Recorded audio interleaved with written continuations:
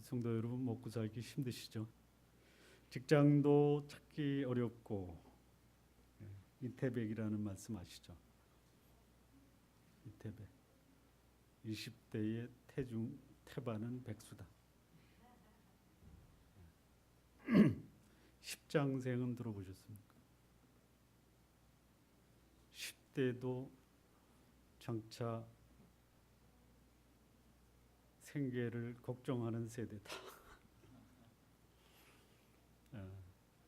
얻었던 직장에서 오래 근무하기도 어려운 세상, 어느 정도 안정된 직장 생활을 하려고 했더니 그만두라라고 압박을 받는 세상이 요즘 세상입니다. 신앙인들도 그 환경을 벗어나기가 쉽지가 않습니다. 이렇게 각박하게 살아가는 때에 예상치 않은 그 사람, 한때 멀어졌던 가족 중에 한 사람이 타국에서 대성공을 해서 가족을 그곳으로 초청한다. 어떻게 하시겠습니까? 가야죠. 신앙인이 신앙의 터전을 포기하고 소위 하나님을 믿지 않는 불신앙의 세상에서 살기 위해 지금까지 살았던 삶의 터전을 떠난다면 이것을 어떻게 이해해야 합니까? 먹고 살기 위해서 그렇게 해야 한다고 하지만 그런 결정이 전혀 예상치 못한 해를 가져올 수 있다. 또 그런 경험을 한 다른 가족이 있다. 과거에 아픈 경험이 있다면 그래도 가야 되는가 고민스럽습니다. 자, 본문은 요셉이 살아있다라는 소식을 그 아버지 야곱이 듣게 됩니다. 죽은 줄 알았습니다. 요셉을 보내고 무려 22년이라는 세월이 지났습니다. 17살 때 애굽의 노예로 팔려갔습니다. 30살에 총리가 됐습니다. 그리고 풍년 7년 그리고 흉년 2년을 지난 지금 요셉의 나이는 39입니다. 그러니까 17에 노예로 팔리고 39에 아버지 야곱이 요셉이 살아있다라는 소식을 듣습니다. 22년 정도 지나면 죽은 아들이 잊혀질까요? 안 잊혀집니다. 그럼 언제 잊혀집니까? 부모가 세상을 떠나야 잊혀지는 겁니다. 요셉이 살아있다라는 소식을 들은 이 아버지 야곱은 요셉을 보고자 하는 마음, 견딜 수 없는 그리움이 애굽으로 가고자 하는 마음을 부추깁니다. 그래서 야곱은 이렇게 얘기합니다. 애굽에서 돌아온 자기 아들들이 요셉이 살아있다라는 소식을 전하자 창세기 45장 28절 이스라엘이 가로되 조카도다. 내 아들 요셉이 지금까지 살았으니 내가 죽기 전에 가서 그를 보리라. 이렇게 말을 합니다. 사랑했던 아들 죽은 줄 알았는데 살아있다라는 충격적 소식을 듣습니다. 아버지 야곱이 그의 사랑하는 아들 요셉을 보고 싶은 마음이 얼마나 컸겠습니까? 다른 무엇보다도 아들을 보겠다라는 마음, 하루도 지체하고 싶지 않았을 것입니다. 특별히 야곱의 죽을 날이 가까이 와 있습니다. 죽을 날이 가까이 왔다라는 생각이 든 이 야곱, 죽기 전에 하루라도 빨리 애굽에 가서 그동안 가슴앓이 하면서 살았던 시절을 보상받고 싶었던 것입니다. 그런데 이 애굽으로 이주한다라는 것이 그의 할아버지 아브라함에게는 불행한 경험이 있었던 곳입니다. 그의 할머니 사라를 누이라고 거짓말하고 애굽에서 목숨을 구걸했던 그런 악몽과 같은 경험이 있었던 것이 바로 야곱입니다. 그의 아버지 이삭, 역시 기근 때문에 애굽으로 가려고 했지만 하나님이 이삭에게 나타나서 내려가지 말라 이렇게 말을 했습니다. 하나님이 애굽에 가지 말라라고 막았던 사람이 바로 야곱의 아버지 이삭이었습니다. 그런데 야곱은 애굽으로 가겠다 하고 나선 겁니다. 애굽이 어떤 곳이기 때문에 하나님께서 누구에게는 허락지 아니하시고 누구에게는 허락한단 말입니까? 애굽은 통상적으로 세상, 즉 하나님을 대적하는 세상, 하나님을 믿지 않는 세상을 상징하는 곳이 바로 애굽입니다. 죄와 세속에 물든 곳, 신앙인이 세상에 얽매여 고통당할 수 있는 곳을 상징합니다. 비록 지금은 어느 정도 신앙의 자유가 보장되고 있는 곳입니다. 아들이 애굽의 총리로 있기 때문에 지금보다 훨씬 더 살기 좋은 환경인 것만은 틀림이 없습니다. 신앙적으로도 그렇고 경제적으로도 그렇고 여러 면에서 애굽은 지금보다 좋은 환경입니다. 그리고 하나님은 야곱으로 하여금 이곳에 이주하도록 허락도 하셨습니다. 그러면 신앙인이 먹고 사는 문제, 자식에 대한 애착으로 인해서 세상으로 들어가는 것, 하나님이 이런 문제 때문에 세상에 가는 것을 허락하신단 말입니까? 애굽으로 가는 것, 죄와 타협하는 것이다. 아니다. 하나님이 허락하시면 갈 수 있다. 그렇습니다. 애굽은 세상입니다. 그러나 단편적으로 흑백 논리적으로 편가르 이렇게 애굽을 판단하는 것은 너무 성급한 생각이 될 수 있습니다. 문제는 뭐냐?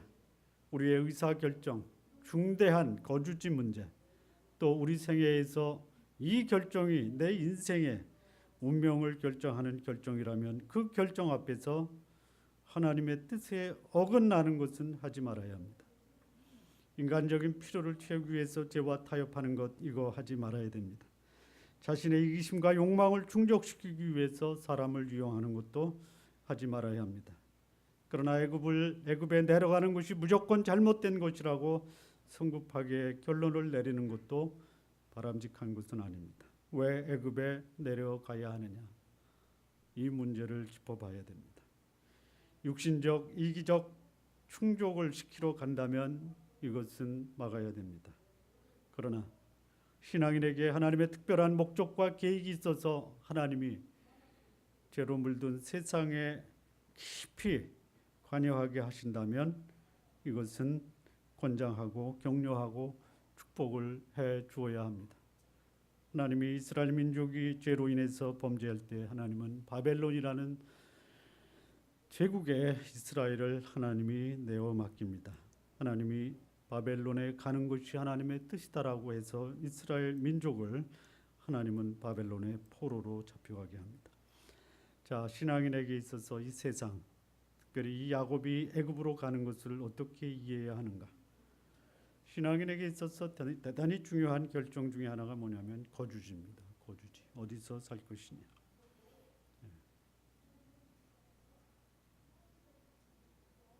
스스로 결정해서 자기의 거주지를 정하는 거, 이거 누군가가 막을 수는 없습니다. 그러나 적어도 신앙인이라면 스스로 거주지를 결정하기 이전에 먼저 확인하고 선행되어야 할 일이 있습니다.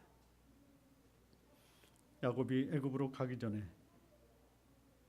그가 하나님으로부터 취했던, 들었던, 그리고 그가 취했던 행동 속에서 우리는 세상으로 가기 전에, 애굽으로 가기 전에, 먹고 사는 문제 해결되기 전에, 지금보다 좋은 환경 속으로 가기 전에 우선적으로 무엇을 해야 하는가? 첫 번째입니다. 첫 번째. 1절 말씀을 보시죠. 이스라엘이 모든 소유를 이끌고 발행하여 브엘세바에 이르러 그 아비 이삭의 하나님께 희생을 드리니, 여기 보면은 그 아비 이삭의 하나님께 희생을 드리니 이겁니다. 애굽에 내려가기 전에 야곱은 그의 가족과 더불어 브엘세바에 이르러, 여기는 그 아버지 이삭이 살았던 곳입니다. 형 에서의 살해 위협을 피해서 하란으로 떠났던 이 야곱의 고향과 같은 곳입니다. 거기서 이삭은 그 아비 하나님께 희생을 드렸다라고 합니다. 희생을 드렸다. 이것은 애굽에 대한 하나님의 뜻을 구하는 행위였다. 이렇게 이해할 수 있습니다.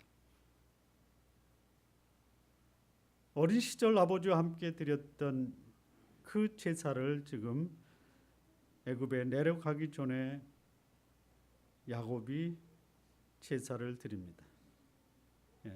희생을 드렸다, 제사를 드리는 행위입니다. 제사를 드린다라는 것은 하나님의 하나님 되심을 인정하는 행위입니다. 다시 말하면 하나님 뜻에 순종하겠다라는 것이. 야곱이 브엘세바에서 하나님 앞에 자신의 삶을 내려놓고 하나님의 뜻을 구하는 제사를 드리고 있습니다. 신앙인이 적어도 자기 신상에 중요한 변화가 있을 때 그 변화에 대한 하나님의 뜻을 물어야 합니다. 내가 하는 것이 하나님의 뜻인지 그 뜻을 묻고 행동하는 것이 신앙인의 기본적인 삶입니다. 우리 성도 여러분, 여러분이 좋으시면 그대로 하시기 바랍니다. 좋은데 안 하는 것도 문제입니다. 그런데 내가 좋은 것이 하나님도 좋아하신다면 주저할 이유가 없습니다. 그러나 나는 좋은데 그것이 하나님의 뜻과는 무관하다라고 했을 때 나에게 좋은 것이 오히려 결과적으로 나에게 해가 된다면 이것은 신중하게 고민할 필요가 있습니다. 여러분이 선택한 선택이 여러분들에게 해가 되지 않도록 하시기 바랍니다. 자, 어떻게 하나님의 뜻을 구할 것인가? 이 당시요, 야곱 당시, 아니 우리 주 예수 그리스도께서 오시기 전까지 그 시대를 우리는 구약이라고 합니다. 구약. 구약에서는 하나님이 그의 뜻을 사람에게 말씀하실 때에는 직접 말씀하셨습니다. 직접. 때로는 하나님이 사람의 모습으로 나타나셔서 하나님의 사람을 도우셨습니다. 아브라함이 자기 조카 롯을 구하기 위해서 전쟁에 참여할 때 하나님은 멜기세덱이라는 사람의 모습으로 오셔서 아브라함에게 승리를 안겨주셨습니다. 때로는 꿈으로 말씀을 하십니다. 때로는 환상으로 말씀을 하십니다. 내 인생의 중요한 결정 앞에서 하나님의 뜻을 구하는 우리 성도님들 되시기 바랍니다. 자, 문제는 하나님이 나에게 어떻게 말씀하시느냐라는 것이. 여쭤보겠습니다. 하나님이 직접 여러분에게 찾아오셔서 말씀하십니까? 직접 찾아오셔서 말씀합니다. 못 만나보셨어요?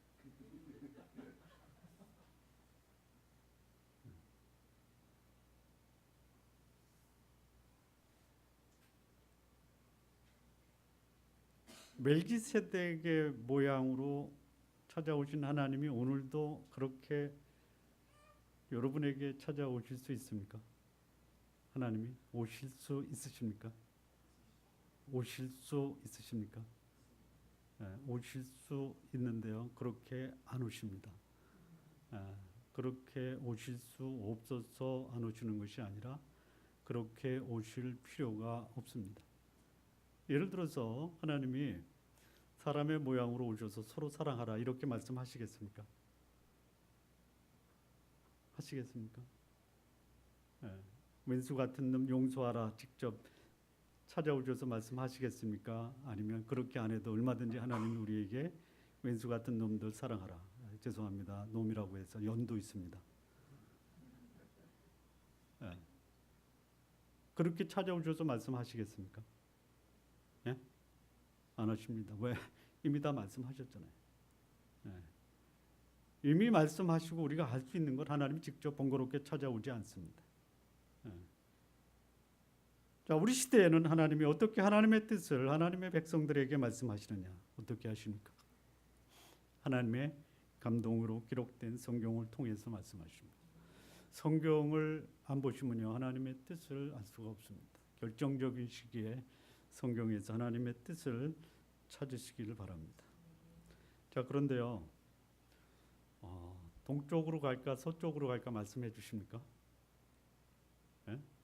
예를 들어서 아브라함이 그 이삭 외에는 그 자식들을 동방으로 가게 했다. 그 말씀에 감동을 받아서 하나님이 동쪽으로 가게 하시는구나. 이렇게 은혜를 받으시면 안 되는 겁니다. 또 어떤 사람은 손바닥에다 침을 뱉어가지고 탁 치고 이게 어디로 가느냐. 이것도 아닙니다. 예? 옛날에는 제비 뽑기까지 했지만 지금 제비 뽑을 필요가 없어요. 어떻게 말씀하십니까? 하나님은 구체적인 것보다 원칙과 기준을 말씀하십니다. 방법은 나한테 맡기는 겁니다. 이 세상을 주셨다라고 말씀합니다. 하나님 어떻게 주실래요? 그것은 네가 알아서 해라 이겁니다. 어떻게 하는 건데요? 그거 하나님께 물어보면 네가 알아서 하래도 하늘과 땅에 있는 모든 권세를 내게 주셨다. 그래서 너희는 가서 모든 족속으로 제자를 삼아라. 어떻게 해요? 우리가 알아서 하는 겁니다. 하나님은 모든 것을 가능케 하시는 분입니다. 부와 기가 다 주께로부터 말미암고 그것을 우리에게 주시는 분이에요. 어떻게 해요? 하나님은 말씀하신 네가 알아서 하라.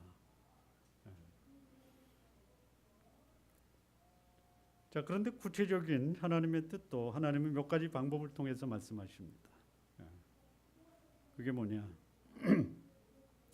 여러분 그 사업을 하면서 중요한 그 계획을 세운다든지 또는 중요한 의사 결정할 때 소위 컨설팅을 받죠. 그렇죠? 신앙의 컨설팅도 받으시기 바랍니다. 하나님의 뜻인가 아닌가를 궁금할 때 하나님의 뜻 앞에 자기 인생을 걸고 살았던 경건한 신앙의 선배들의 의견을 듣는 것이 굉장히 유효합니다. 심지어 부동산 살 때도 컨설팅 받지 않습니까? 받으시기 바랍니다. 그 다음에 하나님은 또 환경이 어떻게 변화되느냐를 통해서도 하나님의 뜻을 우리로 하여금 분별하게 해줍니다. 환경은 전혀 우리에게 기회를 주지 않는데 내 생각에는 이것이 하나님의 뜻이다라고 밀어붙이다가 오히려 하나님만 못한 결과를 온다면 환경의 변화에도 민감하게 보십시오. 때가 아닌데 내 때라고 밀어붙이는 것이 과연 바람직한지 아니면 때를 기다리다가 하나님의 때에 큰 일을 이룰 수 있는 것, 그것도 우리 신앙인이 구해야 될 지혜의 한 부분입니다. 그 다음에는 우리 마음이 이것이 하나님의 뜻이라고 했을 때 우리 마음에 하나님이 주시는 평안을 유지할 수 있느냐. 하나님의 뜻이라고 주장을 했는데 영 마음이 불편하다. 그것은 아직은 때가 아닐 수도 있고요. 아니면 전혀 하나님의 뜻이 아닐 수도 있다라는 것입니다. 야곱은 그가 애굽 팽에 앞서서 하나님의 뜻을 구하고 하나님의 인도하심을 구하는 것입니다. 우리 성도 여러분, 삶의 중요한 결정 앞에 있어서 나의 결정이 하나님 뜻에 합당한 것인가 하나님께 묻고 행동으로 옮기시는 성도 여러분의 삶이 되시기를 진심으로 바랍니다. 자, 두 번째입니다. 두 번째 2절과 3절 말씀을 보시면요, 밤에 하나님의 이상 중에 이스라엘에게 나타나시고 불러 가라사대 야곱아 야곱아 하시는지라 야곱이 가로되 내가 여기 있나이다 하매 하나님이 가라사대 나는 하나님이라 네 하나님의 네 아비의 하나님이니 애굽으로 내려가기를 두려워 말라. 내가 거기서 너로 큰 민족을 이루게 하리라. 야곱이 하나님의 뜻을 구할 때 하나님이 밤의 이상 중에 야곱에게 나타나셔서 말씀을 하십니다. 가라, 가라. 애굽에 내려가기를 두려워 말라. 애굽에 내려가기를 허락하십니다. 그러나 더 중요한 것이 있어요. 내가 거기서 너로 큰 민족을 이루게 하리라. 중요한 의사 결정하기 전에 그 의사 결정한 후에 거기서 하나님이 나에게 주시는 분명한 계획과 목적을 확인해야 됩니다. 애굽에 내려갑니다. 그러면 거기서 먹고 사는 문제를 해결하는 것으로 끝낼 것이냐? 사랑했던 가족을 보는 것으로 애굽에 가는 것이 전부냐? 그렇지 않다라는 것이. 거기서 하나님은 나에게 분명한 해야 할 하나님의 계획과 목적이 있다라는 것이. 야곱이 애굽에 내려가는 것, 단순히 먹고 사는 문제, 사랑하는 아들을 보는 것 외에 그가 애굽에 내려가야 될 확실한 하나님의 뜻을 알게 된 것입니다. 아브라함 때에 하나님이 제사 드리던 아브라함에게 하나님이 말씀하십니다. 내 후손이 이방에서 객이 되어 400년을 섬기리라. 그리고 아브라함이 하나님께 받은 약속이 뭐냐? 내 후손이 천하 만민의 축복의 통로가 되겠다라는 말씀을 합니다.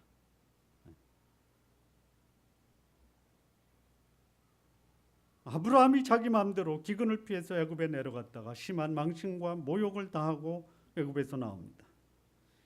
이삭도 막았어요. 요셉이 애굽에 갈 때 1차적으로 먹고 사는 문제, 자식에 대한 보고 싶은 마음이 있었습니다. 그러나 하나님의 뜻이 무엇인지, 왜 허락하셨는지에 대해서는 먹고 사는 문제 해결이 전부가 아니다라는 것이. 하나님은 애굽에서 야곱에 대한 하나님의 다른 깊은 계획과 뜻이 있었다라는 것이. 그것을 하나님이 말씀하십니다. 오늘 우리가 읽은 본문 4절 보면 내가 거기서 너로 큰 민족을 이루게 하리라 라고 말씀하십니다. 야곱의 애굽행은 하나님의 아브라함에게 주신 말씀을 실현시키려는 계획이었다라는 것이. 창세기 12장 2절입니다. 내가 너로 큰 민족을 이루고 내게 복을 주어 내 이름을 창대케 하리니 너는 복의 근원이 될지라. 이 말씀이 오늘 본문에 하나님은 야곱을 통해서 내가 거기서 너로 큰 민족을 이루리라라고 하신 이 말씀을 통해서 하나님은 야곱을 애굽에 가도록 허락하신 것입니다. 그렇다면 야곱의 애굽행은 하나님의 인류를 향한 특별한 목적, 큰 민족을 이루려는 하나님의 계획이 하나님이 야곱을 애굽에 가도록 허락하신 것입니다. 우리 성도 여러분, 여러분의 삶에 중요한 신상의 변동이 있을 때 이 변동에 대한 하나님의 뜻을 읽을 수 있어야 됩니다. 나를 향한 하나님의 특별한 목적이 무엇인가를 믿음의 눈으로 볼 수 있어야 됩니다. 그리고 그 뜻을 하나님께 물어 확인할 수 있어야 합니다. 성도 여러분, 모든 하나님의 백성들에게, 아니 이 땅에 온 모든 사람들에게는 하나님의 특별한 계획과 목적이 있다라고 말씀드릴 수 있어요. 에베소서 2장 10절 보면요, 우리는 그의 만드신 바라 그리스도 예수 안에서 선한 일을 위하여 지으심을 받은 자니 이는 전에 예비하사 그 가운데서 행하게 하려 하심이라 이렇게 말씀합니다. 여러분이 하나님의 선한 일을 위해서 지으심을 받았습니다. 그리고 여러분이 이 땅에 오시기 전에 하나님은 여러분을 향한 계획과 섭리가 있었다는 그것을 찾아내야 됩니다. 여러분, 순서의 차이는 있어도 다 가시죠.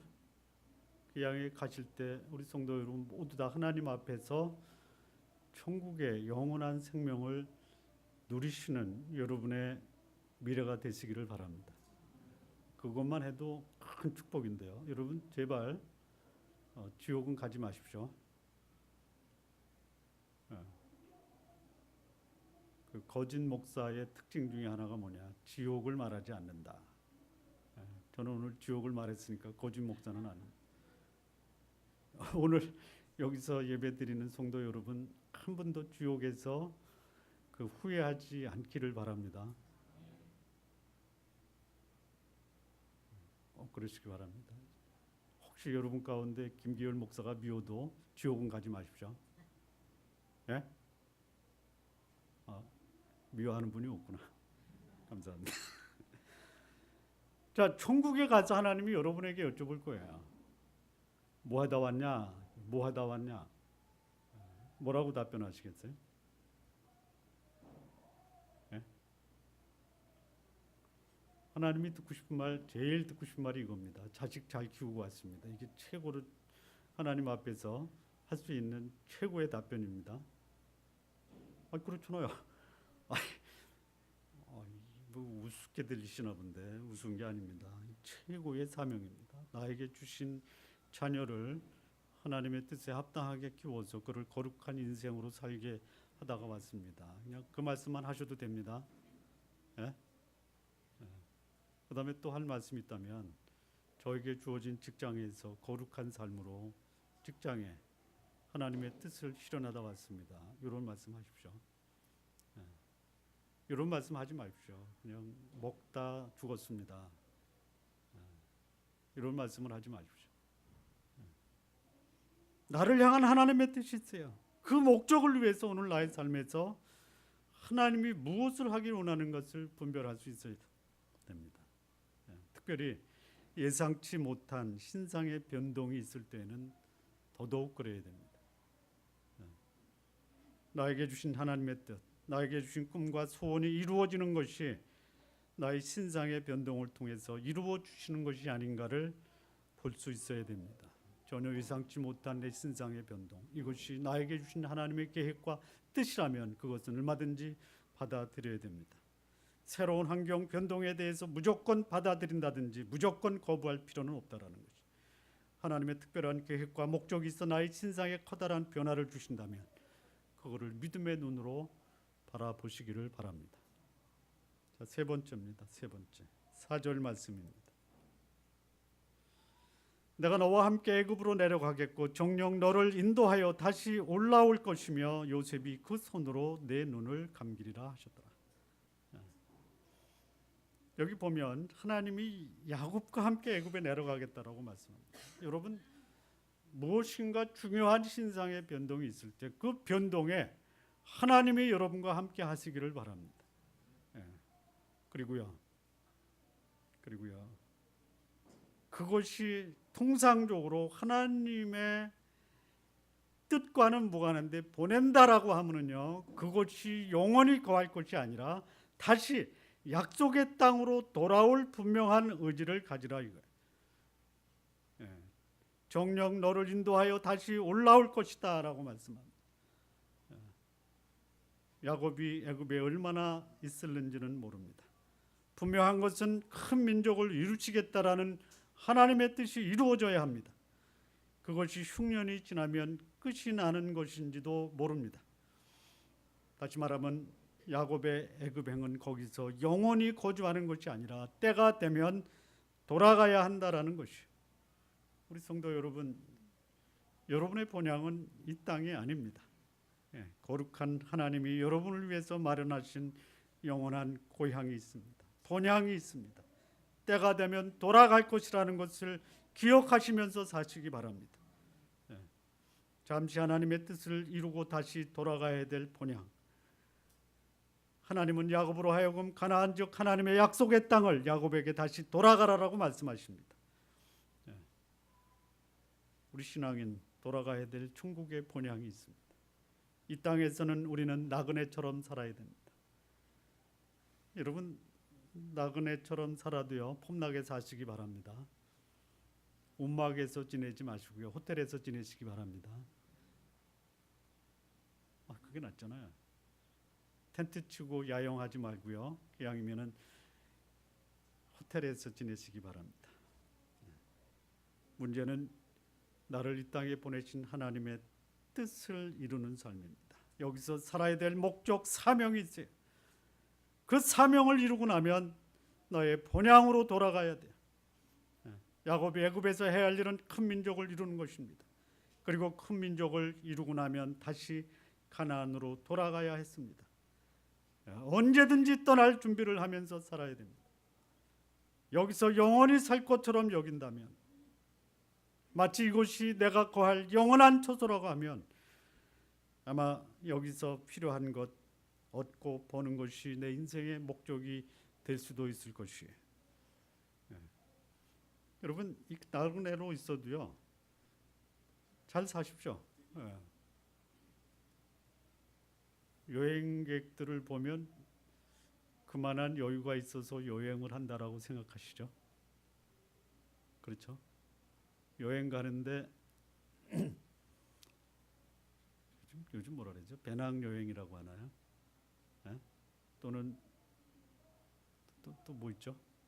돈 안 가지고 여행하는 사람들 있죠? 무전 여행, 그런 거 하지 마십시오.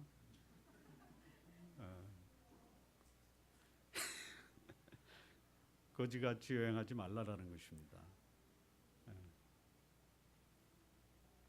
나그네로 살아도 살아있는 동안 열심히 일하고 벌어서 여유 있게 살 필요가 있어요. 그것이 전부는 아닙니다. 하나님이 이 땅에서 잘 먹고 잘 사는 것 가지고 시비하시는 하나님이 아니십니다. 물론 하나님이 목적을 위해서 무전 여행을 하게 하시는 분도 계세요. 그러면 그렇게 하시기 바랍니다. 그러나 그것이 마치 모든 나그네가 그렇게 살아야 한다라고 말하는 것도 그렇게 바람직한 것은 아닙니다. 더 중요한 것이 있어요. 나를 땅에 보내신 하나님의 뜻을 이루고 갈 것이냐 말 것이냐. 이게 훨씬 더 중요한 것이에요. 여러분, 이제 그 50 이상 넘으면요, 죄송합니다, 갈 날이 점점 가까워지는 거예요. 그렇죠? 점점 가까워지는 거예요. 그거 어쩔 수 없어요.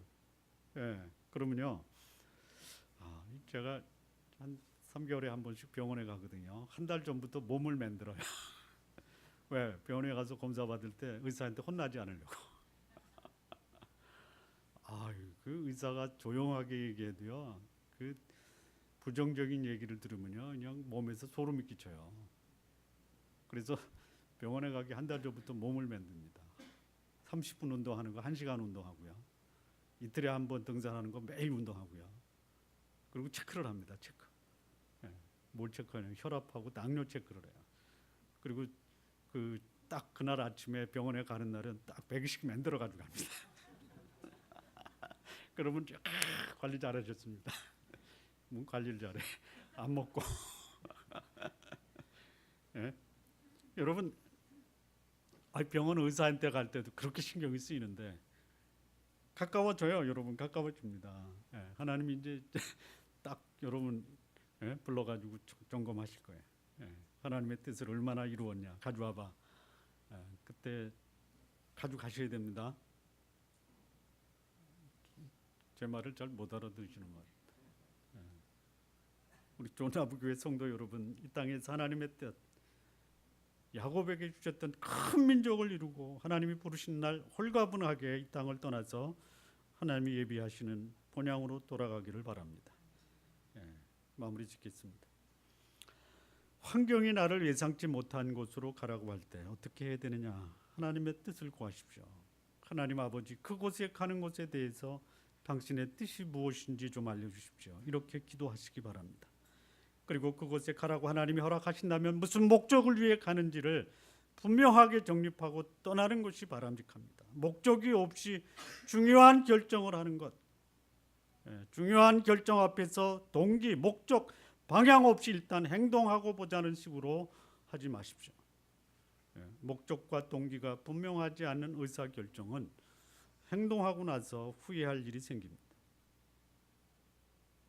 떠날 때 떠나더라도 하나님의 뜻을 이루고 돌아갈 것이라는 마음으로 우리에게 주어진 나그네 인생을 사시기 바랍니다. 세상에 대한 미련보다 하나님의 뜻을 이루는 곳에 집중하는 삶을 사시기를 진심으로 바랍니다. 우리 존나무교회 성도 여러분, 행동하고 생각하시기 전에 행동하고 생각하시지 마시고 행동하기 전에 하나님의 뜻을 묻고 그리고 행동하셔서 인생의 아름다운 열매 하나님과 더불어 맺어 가시기를 진심으로 바랍니다. 기도하시겠습니다. 하나님 아버지 감사합니다. 이 땅에 주어진 우리들의 날 하나님의 뜻을 이루고 그리고 하나님이 부르시는 그날 홀가분하게 하나님의 뜻을 이루었다라는 고백과 증거를 남길 수 있는 우리들의 삶 되게 하여 주옵소서. 예수님의 이름으로 기도합니다. 아멘. 몇 가지 교회 소식을 알려드리겠습니다. 지난주는 가을 리트리트 은혜 가운데 잘 마쳤습니다.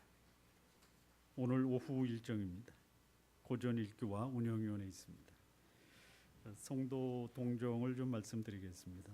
우리 반주로 수고하셨던 우리 김성종 이시연 부부 가정의 셋째 아들이 순산이 되었습니다. 아주 건강하고 엄마 아빠를 닮아서 깐나하는데도 이쁘더라고요. 물론 모든 아이들이 다 이쁩니다.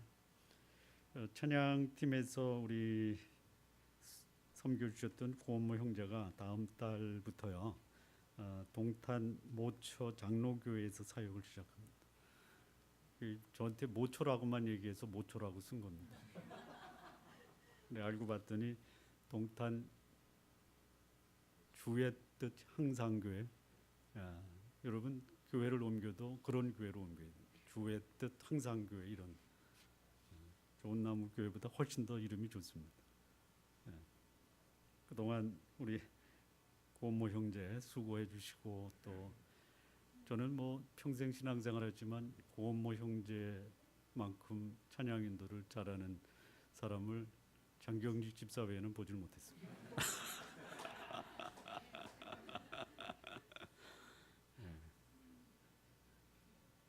그리고 이따가 우리 저기 고모 형제 그 선물을 준비했어. 그리고 교회에서 조금 그 감사의 표시를 좀 하겠습니다. 그 강원도 영월로 이주하신 이덕화 장로님이 이번 주말에 이주 감사 예배를 드리시겠다고 초청을 하셨습니다. 우리 성도님들 중에 함께 그 감사 예배 참석할 수 있는 분은 여기서 토요일 아침 9시에 출발을 하도록 하겠습니다. 그리고 그 구투리 아시죠? 좋은 나무 우리 교회가 구투리 처치입니다. 좋은 나무 성품학교 그 사옥을 이번 금요일 날 입주 감사 예배를 드립니다. 그 수지 용인 수지 우리는 기흥이고요. 수지 신봉동에 있는 그 부지에 사옥을 건축하고 이번 금요일 날 입주 예배를 드립니다. 우리 성도님들 형편이 되시는 분들 오셔서 축하해 주시면 큰 힘이 될 겁니다. 오후 4시입니다. 오후 4시.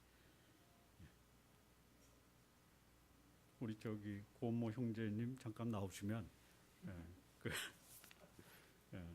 그동안 저기 찬양으로 수고해 주셔서 감사합니다. 우리 저기 고모 형제님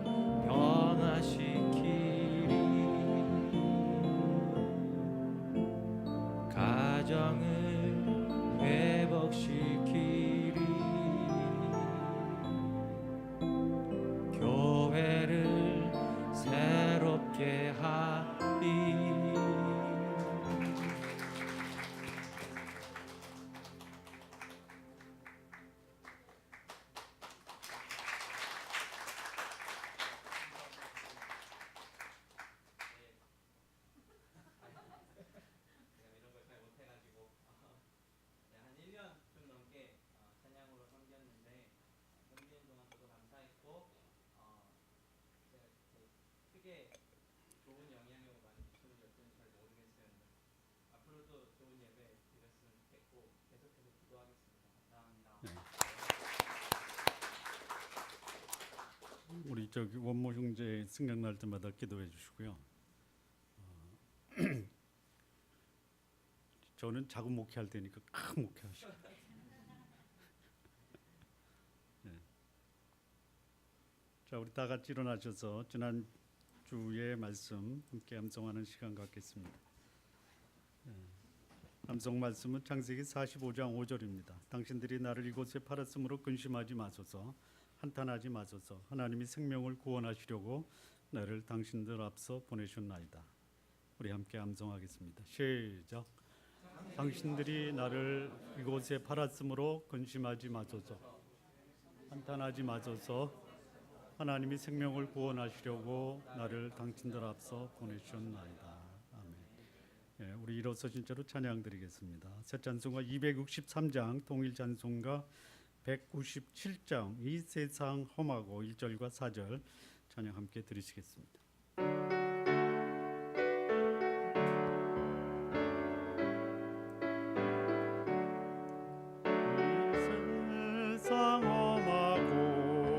나 비록 약하나 늘 기도 힘쓰면 큰 권능 얻겠네.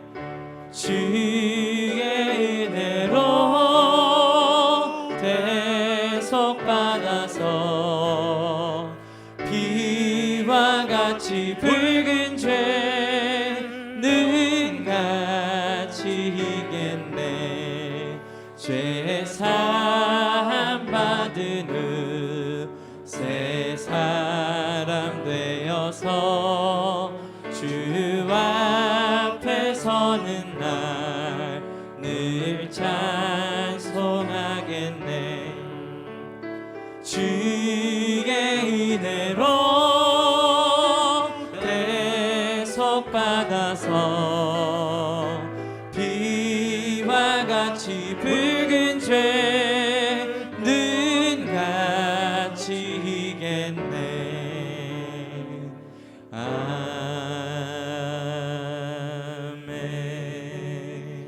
기도하시겠습니다. 하나님 아버지, 고모 형제를 축복하여 주옵소서. 그의 앞길에 주께서 동행하시고 주께서 예비하신 귀하고 거룩한 뜻을 이룰 수 있는 복된 미래 허락